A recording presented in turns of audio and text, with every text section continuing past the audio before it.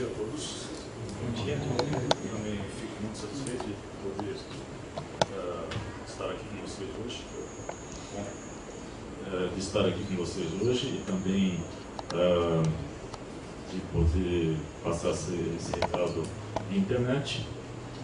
Agradeço a Sejum e ao LinkBR pelo convite também. Bom, eu vou dar um enfoque um pouco diferente então, né, do que o Lucas deu, né, porque o que foi pedido que eu abordasse é a questão da transição com mínimo impacto, né?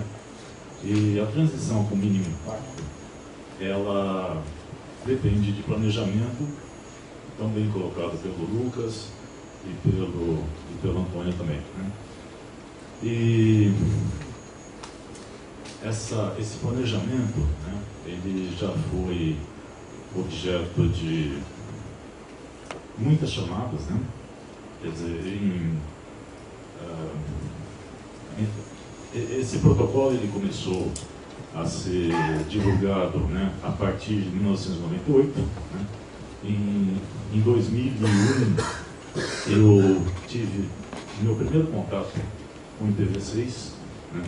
Eu trabalhei no Instituto de Pesquisas Tecnológicas de São Paulo e eu iniciei as minhas atividades docentes, né, lecionando no mestrado profissional de IPT, e um dos meus alunos, em 2001, que cuidava de uma infraestrutura de rede, ele fez um trabalho de organizar uma ilha, né? Naquela época a gente tinha alguns projetos internacionais acontecendo, muitas universidades, muitos institutos de pesquisa fazendo trabalhos ligados a IPv6, né? E então nós tivemos a oportunidade de, nessa época, montar uma ilha IPv6 dentro do Instituto IPT e nos conectamos com o mundo IPv6 que estava acontecendo em outras unidades, né? Em função desse trabalho que nós desenvolvemos, nós chegamos em 2005, 2006 a participar de um projeto de desenvolvimento de ferramentas de avaliação de produtos e de soluções de IPv6 que foi desenvolvida pela comunidade europeia. Nós éramos um dos participantes, eram 11 participantes no total, Instituto de Pesquisas e universidades de todas as regiões, né? Então tinha 3 entidades da Ásia, 7 da Europa e da África, inclusive, e a gente, né, como representante da nossa região aqui. Em 2007, a gente recebeu a notícia de que logo mais iria encerrar, né, o bloco principal iria estar esgotado, né? Isso aconteceu efetivamente em 2011, né, como o Antônio disse, mas nessa época já a gente buscou fazer algumas ações no sentido de começar a divulgar a necessidade de que o planejamento era necessário, né?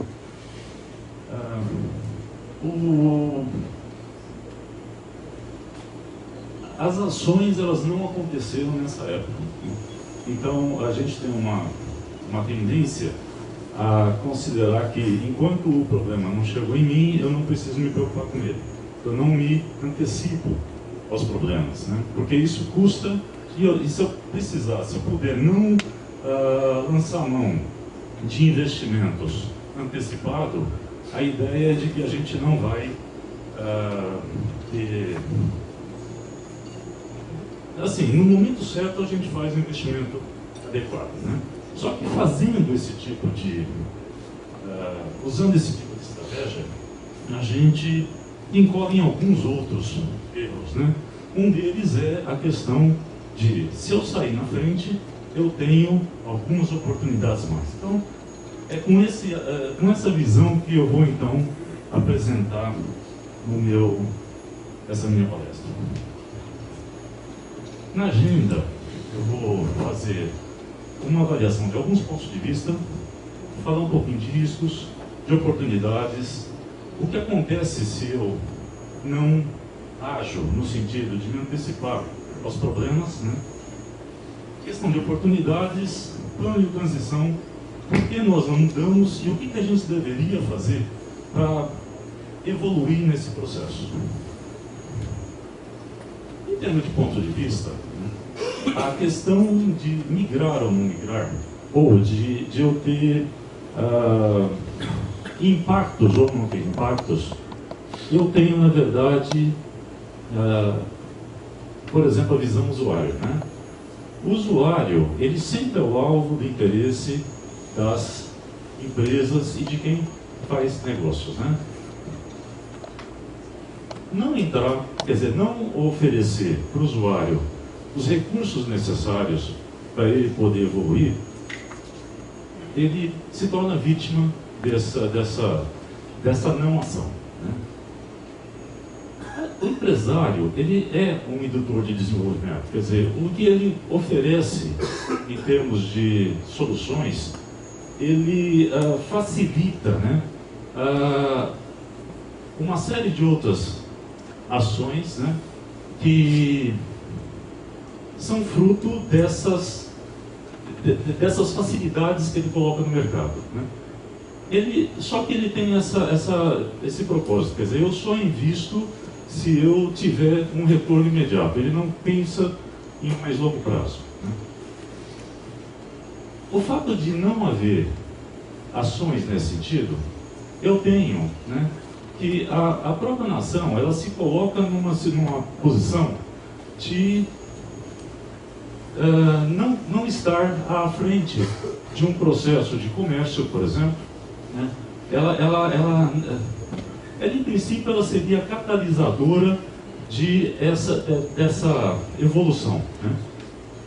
E ela fazer ou não fazer, ela está, de alguma forma, afetando a sustentabilidade das novas gerações.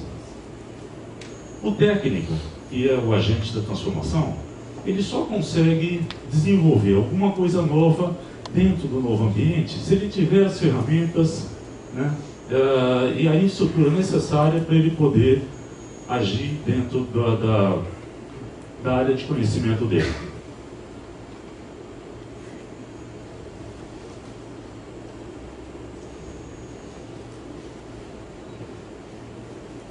Ok, se eu estou querendo reduzir os impactos, né, desse processo de migração, que tipo de impacto que eu estou querendo evitar, né?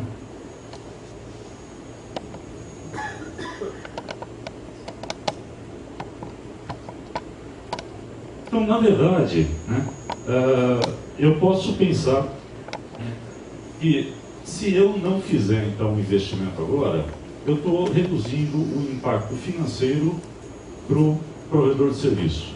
Mas eu estou reduzindo o impacto de não fazer para a sociedade. Quer dizer, a sociedade está se beneficiando com isso. Se ele não fizer, né, eu tenho um outro impacto, né, que ele vai ser visto como um agente retrógrado nesse processo. Quer dizer, eu vou continuar conservador e eu não vou fazer o processo de migração, eu vou ser identificado como sendo esse agente que não induz e que não faz o papel dele enquanto fornecedor dos recursos, né? De uma certa forma, o país também ele pode ser impactado nisso, porque eu tenho estar na fronteira da tecnologia, estar fazendo o meu trabalho, né,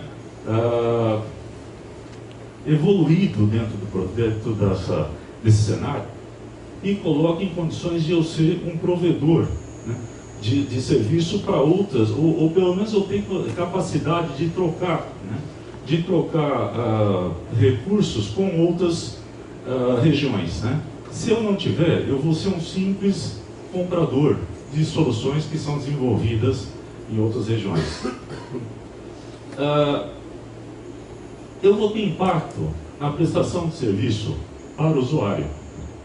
Eu vou ter impacto na qualidade de serviço para o usuário, porque se eu não fizer essa migração, né, paulatinamente o meu usuário ele vai ser incapacitado de acessar as novas soluções que forem apresentadas por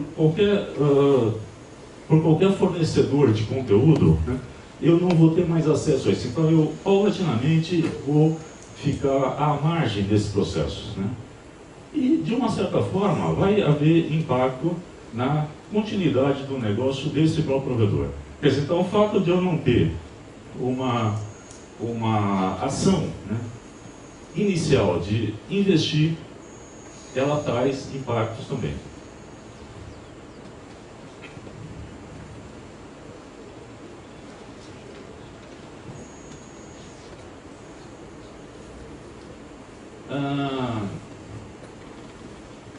Toda essa questão ela é associada também a riscos, né? Que tipo de riscos que eu posso ter? Os nossos profissionais, não tendo acesso às ferramentas e à estrutura, ele não fica habilitado a desenvolver novas soluções, né? Eu tenho problema de perda de capacidade de agregar valor aos meus produtos, quer dizer, o meu produto vai ficar ultrapassado e eu vou ter, né, uma defasagem tecnológica com outras regiões, eu vou ter dificuldade, né, de fazer, não tendo valor agregado nos meus produtos, eu vou ter menos capacidade de comércio com as outras regiões. Então, isso com certeza no futuro vai gerar um problema na minha própria balança comercial. Quais são os efeitos, então, dessa paralisia, né? Uma delas é, quando não existe, então, o ambiente propício para eu fazer desenvolvimento, eu não posso gerar novos produtos, né? Então eu vou ter que adquirir produtos que foram desenvolvidos por outros países, né? O país perde a oportunidade de incluir essas soluções de alto valor agregado, né, na balança comercial. E existe uma outra questão importante, que é a demora que eu tenho para lançar um novo produto no mercado, né, ele me coloca, né, é muito mais difícil eu iniciar um novo negócio quando já tem uma série de players no mercado, né, tem uma série já de fornecedores no mercado. É muito mais difícil eu entrar num novo negócio do que quando eu entro nesse negócio numa fase inicial. Quando eu tenho a oportunidade de testar o meu produto, de fazer com que o meu produto ele evolua a ponto de ele virar competitivo, né? Há pouco tempo atrás, a gente teve uma declaração, né, do nosso governo de que a balança comercial ela não estava adequada na questão da microeletrônica, né? E a microeletrônica, ela é o nosso segundo maior custo de importação. Muito bem, a questão da microeletrônica, ela foi colocada, né, na década de 70 como sendo algo em início de processo. Daí ela evoluiu bastante. Ela evoluiu e ela se tornou globalizada. Hoje, para a gente poder fazer qualquer ação no sentido de entrar dentro de um processo de microeletrônica, nos colocaria numa desvantagem muito grande em relação aos atuais fornecedores, que já têm preços muito reduzidos. O que nós estamos perdendo é basicamente no volume de compras que a gente faz dentro desse tipo de produto, né? Então, eu não acredito que a gente teria sucesso em entrar, né, em uma frente de produção de microeletrônica hoje.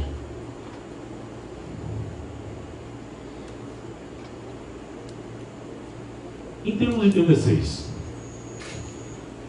até pelo fato de que a China ela não tinha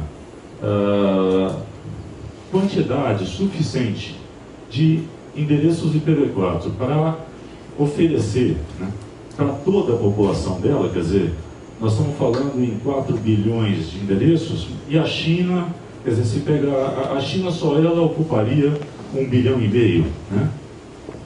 Eles tomaram uma decisão importante há questão de uns 10 anos atrás, né? Eles não iriam, quer dizer, todo o investimento que eles iriam fazer na rede nacional seria feito em IPv6. Ainda não existiam produtos para eles poderem fazer essa implementação. Então, eles decidiram também fazer os próprios produtos. Então, eles investiram na elaboração de protocolos, eles investiram na elaboração de soluções, né, para tradução. Como o IPv6 não consegue falar com o IPv4, o que eles fizeram? Eles montaram modelos, né, que permitiam que internamente eles tenham uma rede IPv6 e para falar com o mundo exterior, eles desenvolveram soluções de tradutores. Muito bem. Indo nessa direção, o que eles estão conseguindo hoje? Eles têm produtos, né, que atendem a uma necessidade do momento para a gente. É aquele momento em que, se a gente não tiver mais endereço IPv4 para fornecer, e nós só tivermos endereço IPv6, nós vamos ter que usar soluções desse tipo, de traduções, ok? Então, a gente percebe que, tomando iniciativas, fazendo planejamento antecipado, a gente passa a ter a chance de oferecer novos serviços, né? Dentro desses serviços, tanto desenvolvimento de software, de segurança, de consultoria especializada, isso tudo passa a ser algo que é consequência de eu tomar uma decisão de antecipar as minhas ações, né? E no ramo de negócios, eu posso ampliar, então, a carteira de produtos, como a China fez, desenvolvendo as próprias soluções deles. A verdade é que todas as ações, no sentido de se fazer essa migração, elas dependem de investimento, né? E, por outro lado, esses investimentos eles são necessários para que os próprios técnicos, e os próprios usuários, né, eles possam ter acesso a essas ferramentas e tomar contato com o novo ambiente, né, necessário para esse desenvolvimento. Isso que eu estava falando da China, a gente vê bem nessa sequência, né? Quem tem IPv4 na sua própria rede, é só uma questão de se tomar uma decisão. Eu vou colocar também IPv6 para esse usuário, para essas empresas. É claro que o investimento é necessário, mas ele não é limitante, ou seja, eu posso tomar a decisão a qualquer momento de fazer a implantação e começar a desenvolver as minhas habilidades de trabalhar com IPv6. IPv6 está disponível, então essa questão é tranquila. Quando foi que a questão do esgotamento começou a acontecer? O Moreira já falou sobre isso, mas é o seguinte: até 1994, o IPv4 era dominante, né? Todas as redes que se montaram desde 1983 até ali, elas tinham IPv4 em abundância. Em 1994, percebeu-se que o esgotamento era iminente. Então, de 94 até 98, a evolução do IPv4 continuou, mas ela teve um aliado que foi o o projeto IPv6 acontecendo, né? Em 98, o protocolo IPv6 ele ganhou o status de padrão. Então, a partir de 98, o novo padrão da internet seria, então, o protocolo IPv6. E a ideia era, eu tendo IPv4 e IPv6 convivendo na minha rede, eu teria aquela migração bem tranquila, uma migração sem sobressaltos, né? Em 2011, aconteceu o esgotamento.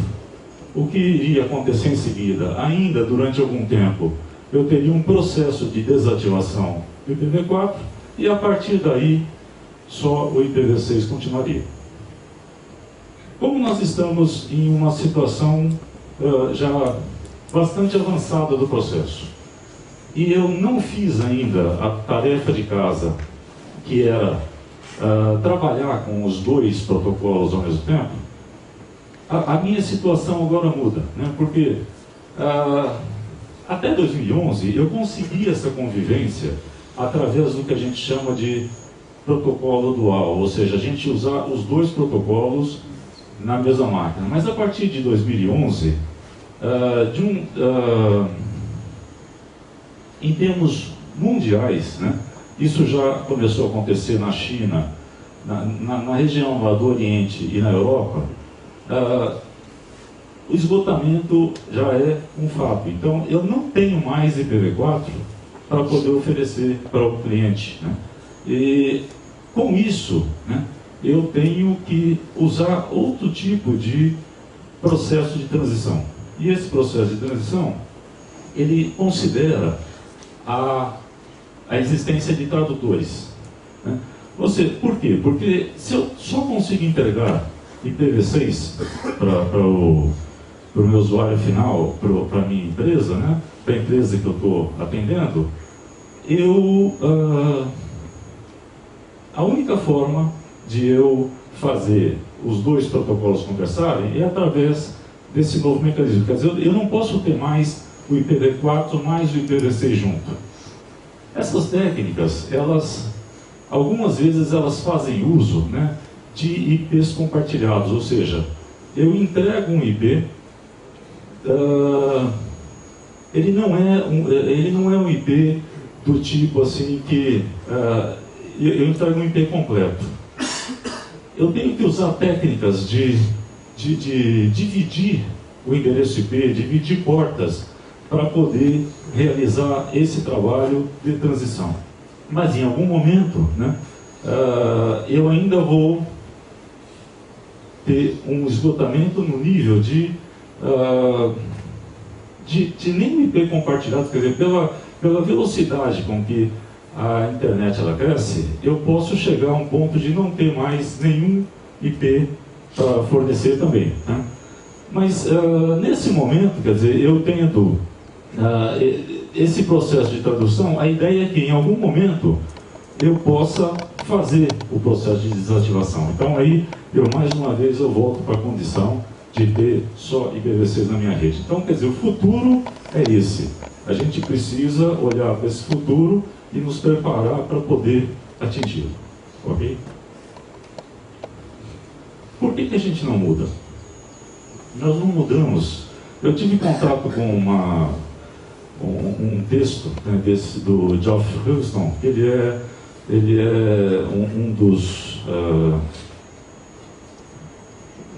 é um dos gestores, né, da internet no APNIC, ou seja, na região da Ásia, né? E eles lá tomaram a decisão de fazer, né, mas ele tem consciência que o fato de o modelo IPv6 ele facilitar migrações, né, eu posso ter facilidades muito grandes de adotar um provedor diferente daquele que eu estou usando hoje, tá? Então, os provedores, eles têm uma certa... Eles não gostam muito dessa ideia, né? Eles têm uma para eles, quer dizer, reter o cliente, né, através de um processo não de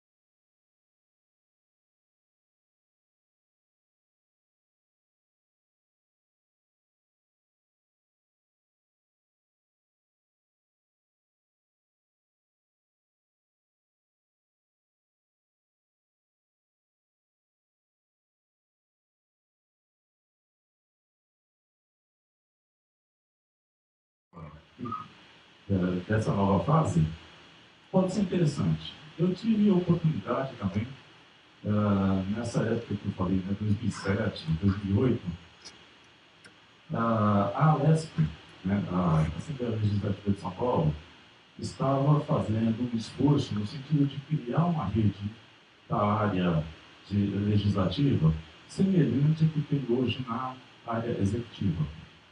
Então, nós fizemos uma série de eventos, né, no sentido de reunir fornecedores e qualquer pessoa interessada, né, em colaborar com o desenvolvimento dessa rede. E nessa época, algumas empresas que têm a matriz lá fora, elas estavam completamente desinformadas sobre o que era IPv6. Tá? Então, a ponto assim, de eu, numa das falas que eu fiz lá, eu citar, né, a necessidade de a gente ter informação a partir de uma dessas empresas fornecedoras e o representante falar assim, olha, mas a gente não tem autorização para passar esse material para vocês. Passado mais meia hora, ele fez uma pesquisa na internet e percebeu que o material estava todo disponível no site da matriz. Aí ele pediu a palavra, talvez falou, olha, eu queria reformar aquilo que eu disse, dizendo que, olha, está tudo disponível sim. Então, veja bem, na matriz, o desenvolvimento ele estava num processo acelerado. E o representante aqui do Brasil, ele não tinha nenhuma informação. Ou por falta de interesse dele, ou por, assim, uma própria falta de comunicação interna dentro da própria empresa como um todo.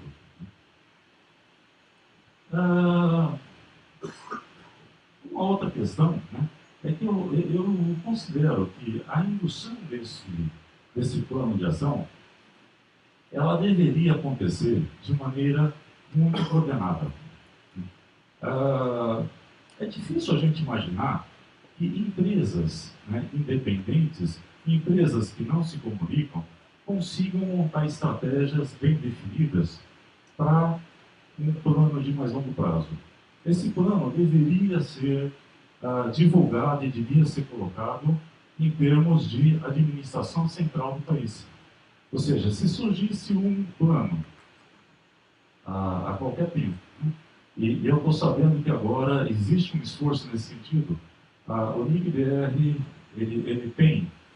ele já divulgou, de uma certa forma, assim, um plano de como a gente evoluir nessa implementação, e isso parece que as nossas entidades, né, que cuidam de internet lá no governo central, ela está assimilando essa possibilidade também. Alguma coisa colocada nesses termos, né, facilitaria um alinhamento de todos os fornecedores. Tá? Então, a ideia, para que a gente possa ter essa migração com o menor impacto possível, teria que ser através de um plano alinhado em termos de nação.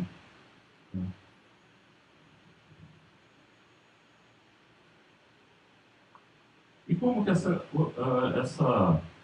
ação coordenada precisaria acontecer? Né? Seria assim, quer dizer, os órgãos de governo fazendo a parte de orquestração. Né? As operadoras e provedores fazendo uma ação no sentido de fazer com que as coisas aconteçam na hora certa. Né? Os fornecedores de infraestrutura montando toda a infraestrutura necessária, porque a nossa rede IPv4 ela só vai poder fazer uma migração efetiva no momento em que eu tiver o núcleo da rede apropriado para receber a nossa comunicação. Senão, todas as nossas ações elas vão acontecer de forma não muito eficiente. Né? Eu tive a oportunidade também de... Eu comprei um desses roteadores para colocar na minha casa, né? Que trabalha com IPv6, montei um túnel para fazer isso, e na primeira tentativa de acessar um banco, o banco começou a me mandar mensagem de que alguém estava tentando invadir a minha conta. Tá certo? Por quê? Porque o meu túnel, ele fechava, era da Hurricane, né? Então ele fechava o ponto de acesso pela rede IPv6 nos Estados Unidos. Então alguém dos Estados Unidos estava tentando invadir a minha conta, que era eu mesmo. Certo? Eu tive que, no final, desligar essa minha conexão, porque eu não conseguia conviver com essas duas coisas. O meu interesse em conhecer IPv6 e mais, né, a minha necessidade de ter acesso à minha conta bancária. E nós, como usuários, né, nós temos que nos contentar, né, com o processo da forma como ele está acontecendo. E espero que realmente as ações elas aconteçam e que a gente venha rapidamente a ter o IPv6 à nossa disposição. Okay. Era isso que eu queria falar. E fico à disposição.